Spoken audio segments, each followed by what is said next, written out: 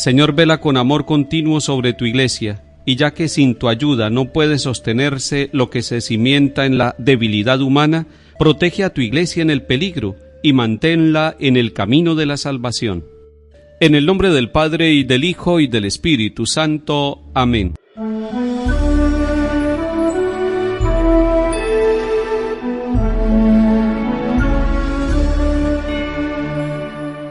Lectura de la profecía de Daniel, capítulo 9. En aquellos días derramé mi oración al Señor mi Dios y le hice esta confesión: Ah, Señor Dios grande y terrible, que guardas la alianza y el amor a los que te aman y observan tus mandamientos. Nosotros hemos pecado y cometido iniquidad, hemos sido malos, nos hemos rebelado y nos hemos apartado de tus mandamientos y de tus normas. No hemos escuchado a tus siervos los profetas, que en tu nombre hablaban a nuestros reyes, a nuestros príncipes, a nuestros padres, a todo el pueblo de la tierra. A ti, Señor, la justicia, a nosotros la vergüenza en el rostro, como sucede en este día, a nosotros, a los hombres de Judá, a los habitantes de Jerusalén y a Israel entero, próximos y lejanos, en todos los países donde tú los dispersaste a causa de las infidelidades que cometieron contra ti. Señor, a nosotros la vergüenza, a nuestros reyes, a nuestros príncipes, a nuestros padres, porque hemos pecado contra ti. Al Señor Dios nuestro la piedad y el perdón, porque nos hemos rebelado contra Él, y no hemos escuchado la voz del Señor nuestro Dios para seguir sus leyes, que Él nos había dado por sus siervos los profetas. Palabra de Dios, te alabamos, Señor.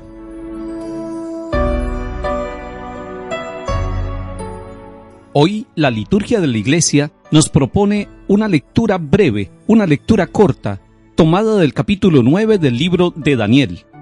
Pero nosotros sabemos que para poder entender un texto bíblico tenemos que mirarlo en su contexto de una manera mucho más amplia, y tenemos que conectarlo con otros textos tanto del Antiguo como del Nuevo Testamento. Solo así podremos entender la palabra de Dios como es, una palabra viva y una palabra en conjunto. De lo contrario, caeríamos en el riesgo de leer solamente el renglón y de interpretar ese versículo únicamente, apartándonos del conjunto y del sentido que tienen las Escrituras, cuando se pueden leer en armonía el Antiguo y el Nuevo Testamento, cuando se puede leer el contexto, es decir, los acontecimientos de aquella época cuando se escribió este texto. En los capítulos 7 al 12 del libro de Daniel nos encontramos con 4 visiones, pero no son visiones de las nubes, no son visiones del más allá, son visiones de la historia del pueblo de Israel. El pueblo está sometido bajo el yugo de los persas.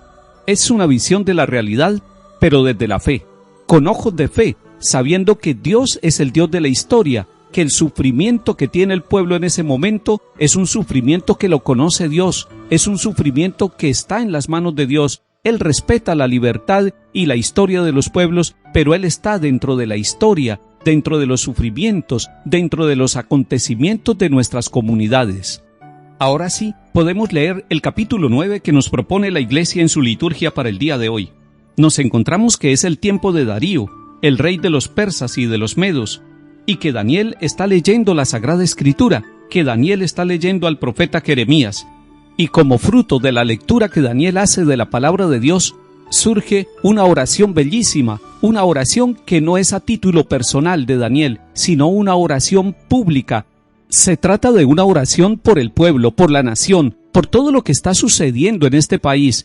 Y ahí tenemos ya una buena enseñanza para nosotros. Debemos orar por nuestras necesidades personales y familiares, pero es necesario que oremos por nuestros gobernantes, que oremos por nuestro país, que oremos por nuestros países vecinos, que seamos capaces de tener una oración católica, es decir, una oración universal, una oración donde cabe la historia de la humanidad, porque en el corazón de Dios cabe la historia de toda la humanidad y de todos los pueblos de la tierra.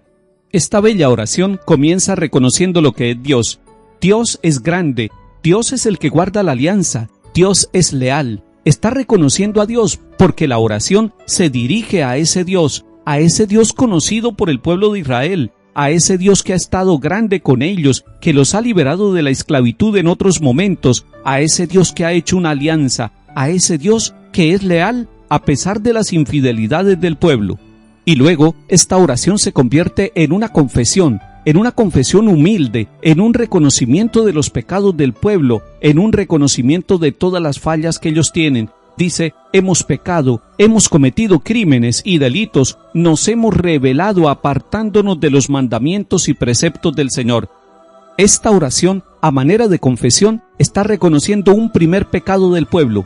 ¿En qué consiste el pecado del pueblo? Consiste en que se ha alejado de Dios, en que se ha olvidado de Dios, que le ha dado la espalda a Dios, y esa es la raíz de todos los sufrimientos, de todas las esclavitudes y de todos los males del pueblo.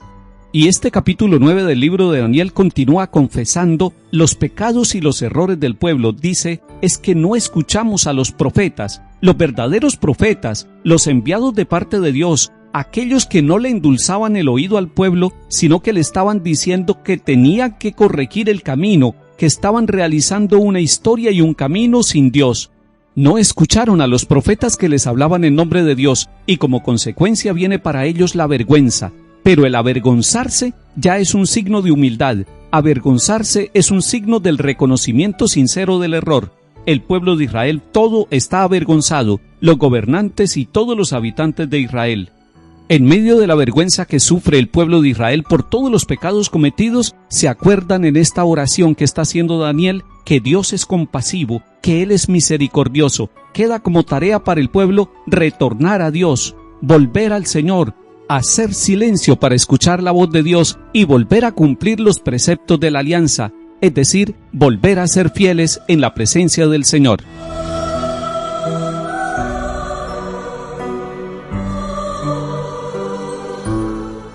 Salmo 78.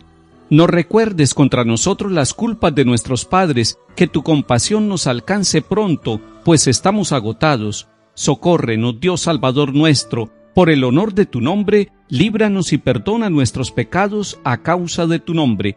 Llegue a tu presencia el gemido del cautivo, con tu brazo poderoso salva a los condenados a muerte. Nosotros, pueblo tuyo, oveja de tu rebaño, te daremos gracias siempre, cantaremos tus alabanzas de generación en generación.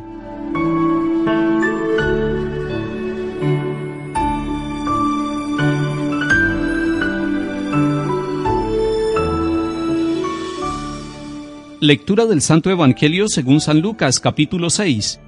En aquel tiempo dijo Jesús a sus discípulos, sean misericordiosos como su Padre es misericordioso. No juzguen y no serán juzgados. No condenen y no serán condenados. Perdonen y serán perdonados. Den y se les dará. Les verterán una medida generosa, colmada, remecida, rebosante, pues con la medida con que midan, se les medirá a ustedes. Palabra del Señor. Gloria a ti, Señor Jesús.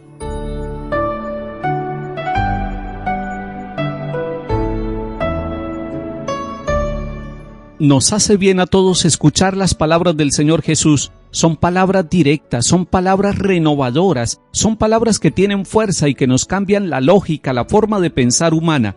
Porque en el versículo 35 de este capítulo 6 de San Lucas que estamos escuchando, el Señor le ha dicho a sus discípulos y nos lo dice a nosotros, amen a sus enemigos, oren por ellos y háganles el bien.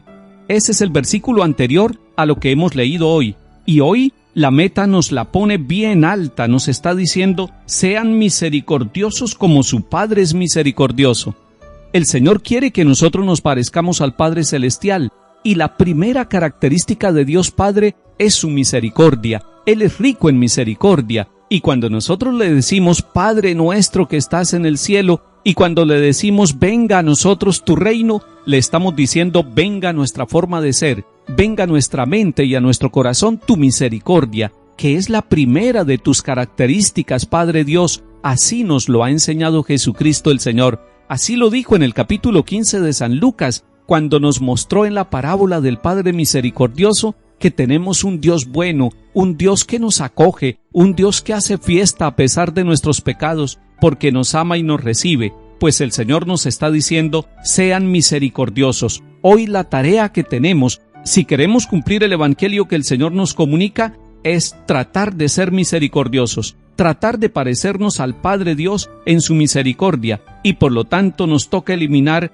los juicios que tenemos contra los demás, porque cada vez que juzgamos nos creemos más que los demás, y nos corresponde quitar de nuestra vida las condenaciones, porque cuando nosotros condenamos a alguien, nos estamos creyendo puros y limpios nosotros, y estamos viendo el error en el corazón y en la vida del otro, pero se nos olvida tener compasión, tener misericordia, porque el otro no necesita que lo condenemos, el otro necesita que lo miremos con misericordia. Y esta es la manera mejor de tenderle la mano y de ayudarlo para que salga de la situación de esclavitud que puede tener en su vida personal o familiar. Señor Jesús, enséñanos a mirar el corazón del Padre para aprender desde allí la actitud de la misericordia. Que el Señor nos bendiga y acompañe, en el nombre del Padre, y del Hijo, y del Espíritu Santo. Amén.